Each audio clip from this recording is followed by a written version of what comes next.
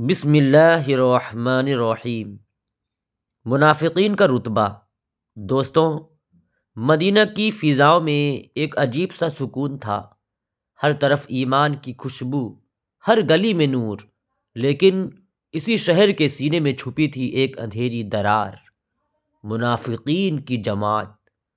وہ لوگ جن کے دل میں ایمان نہیں، لیکن زبان پر لا الہ الا اللہ، اور ان کا سردار عبداللہ بن ابی بن سلول، مدینے کا سب سے بڑا دشمن، جو مسلمانوں میں ہی بیٹھا تھا، مسکراتا تھا، سلام کرتا تھا، لیکن اندر ہی اندر نبی کریم صلی اللہ تعالی علیہ وسلم اور اسلام کو گرانے کا پلان بناتا تھا۔ منافقین کون؟ قرآن نے منافق کی 3 بڑی نشانیاں بتائی۔ بات کرے تو جھوٹ بولے، وعدے کرے تو توڑ دے، امانت رکھی جائے تو خیانت کرے۔ دوستوں، اور منافقین وہ لوگ تھے جو سامنے مسلمانوں جیسا ویوہار کرتے اور پیچھے دشمنوں سے ملے رہتے، دین کو کمزور کرنے کے موقع ڈھونڈتے۔ مدینہ میں منافق کا ابھرنا۔ جب نبی کریم صلی اللہ تعالیٰ علیہ وسلم مدینہ آئے، لوگ 2 حصوں میں تھے، مہاجر انصار، اور دونوں ایک دوسرے پر جان چھڑکتے تھے۔ لیکن عبداللہ بن ابی کو تکلیف اس بات سے ہوئی کہ مدینہ آنے سے پہلے وہ مدینے کا راجہ بننے والا تھا، لیکن نبی کریم صلی اللہ علیہ وسلم کے آگمن سے ان کی راج گدی ختم ہو گئی۔ اس کے دل میں نفرت کی آگ جل اٹھی۔ باہر سے تو ایمان لایا، لیکن بھیتر سے دشمن بن گیا۔ اس کی چالیں دن بدن بڑھتی گئیں۔ مسلمانوں کو بانٹنا۔ وہ ہمیشہ یہ کوشش کرتا کہ مہاجروں اور انصار میں غلط فہمیاں پیدا ہو، لڑائی جھگڑا ہو، اسلام کا سسٹم کمزور پڑے۔ ایک بار اس نے کہا کہ مدینہ ہمارا ہے، یہ مہاجر تو ہم پر بوجھ ہیں۔ یہ بات سن کر نبی کریم صلی اللہ علیہ وسلم کا دل کتنا دکھا، لیکن آپ صلی اللہ علیہ وسلم نے صبر کیا اور ہر فساد کو اپنی حکمت سے ختم کیا۔ مسلمانوں کی ہر جیت پر جلنا۔ بدر کی جیت ہوئی، وہ جل گیا۔ احد میں مسلمانوں پر مشکل آئی تو وہ خوش ہو گیا۔ خندق میں دشمن پیچھے ہٹے، وہ منہ لٹکا کر بیٹھ گیا۔ اس کے دل میں ایمان کا رتی بھر بھی نور نہ تھا۔ جنگ احد میں بغاوت۔ احد کے دن اس نے 300 لوگ واپس بلا لیے۔ کہتا تھا کہ اگر میری بات مان لی ہوتی تو یہ سب نہ ہوتا۔ اس کا یہ قدم مدینے کے اتہاس کی سب سے بڑی شرمناک حرکت تھی۔ منافقین کا اصلی رتبہ۔ قرآن کا اعلان۔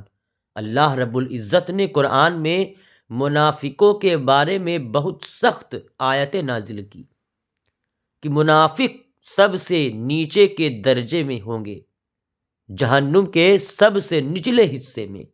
سوچئے، جہنم کی وہ آگ جس کی گرمی کا اندازہ کوئی نہیں لگا سکتا، اس کا سب سے نیچا حصہ، سب سے سخت عذاب، اور وہاں کون؟ منافق۔ کیوں؟ کیونکہ اس کا ظلم کھلا نہیں تھا، چھپا ہوا تھا۔ وہ امت کے اندر فتنہ ڈالتا، دلوں میں زہر بھرتا، مسلمانوں کو توڑتا۔ ایک حقیقی دل ہلا دینے والا واقعہ۔ دوستوں، ایک دن نبی کریم صلی اللہ علیہ وسلم کے سامنے عبداللہ بن ابی کی بدزبانی کا ذکر ہوا۔ صحابہ غصہ ہو گئے۔ اس کا بیٹا عبداللہ بن عبداللہ، سچا مسلمان، کھڑا ہوا۔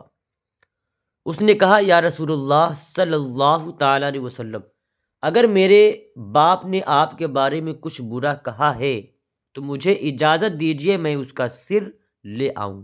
سوچئے، سچا ایمان کیا ہوتا ہے۔ لیکن نبی کریم صلی اللہ علیہ وسلم نے اس کی طرف دیکھا اور فرمایا، نہیں عبداللہ، ہم کسی کو اس کی جرت کی سزا اس طرح نہیں دیتے۔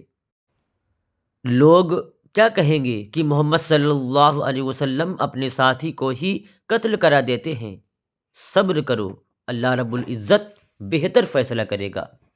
یہ سن کر وہ رو پڑا اور بولا کہ یا رسول اللہ صلی اللہ تعالی علیہ وسلم، میں آپ کی رضا پر راضی ہوں۔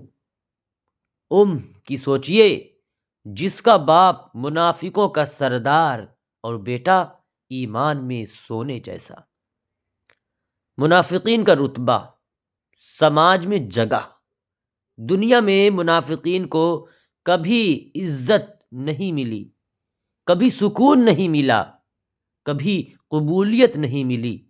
مدینے کی ہر گلی میں لوگ جانتے تھے کہ یہ وہی لوگ ہیں جو مسلمانوں کی پیٹھ میں چھرا گھونپتے تھے، اور آخر میں ان کی حالت اتنی بدتر ہو گئی، اتنی خراب ہوئی کہ لوگ ان سے گھن کھاتے تھے۔ نبی کریم صلی اللہ علیہ وسلم کی حکمت، سب سے بڑا سبق۔ دوستوں، منافقین کتنے ہی چالیں چلتے، نبی کریم صلی اللہ علیہ وسلم ہر بار صبر کرتے، امت کو بچاتے، لڑائی روکتے، درار بھرتے، سماج کو ایک کرتے۔ اسی لیے منافقوں کی ساری کوششیں ناکام ہوتی۔ ہماری زندگی کے لیے سبق آج بھی کہ منافقین صرف اس دور تک سیمت نہیں، اس دور تک ہی نہیں تھے، ہر دور میں ایسے لوگ ہوتے ہیں۔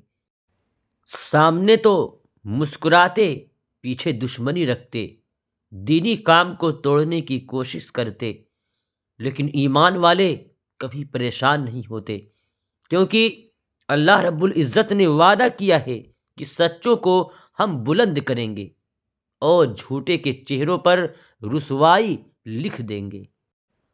مدینے کے آسمان نے گواہ بن کر دیکھا کہ سچا ایمان کتنا پاک ہوتا ہے، کتنا پوتر ہوتا ہے، کتنا قیمتی ہوتا ہے، اور نفاق کتنا گندا۔ اور قیامت تک یہ پیغام رہے گا کہ ایمان والوں کو رتبہ ملتا ہے اور منافقین کو نہیں۔ دوستوں، اگر ویڈیو اچھی لگی ہو تو ایک لائک اور اسے زیادہ سے زیادہ شیئر کریں، اور مزید ایسے ہی ویڈیوز دیکھنے کے لیے ہمارے چینل کو سبسکرائب کر دیں۔ شکریہ۔ خدا حافظ۔ السلام علیکم ورحمۃ اللہ تعالی وبرکاتہ۔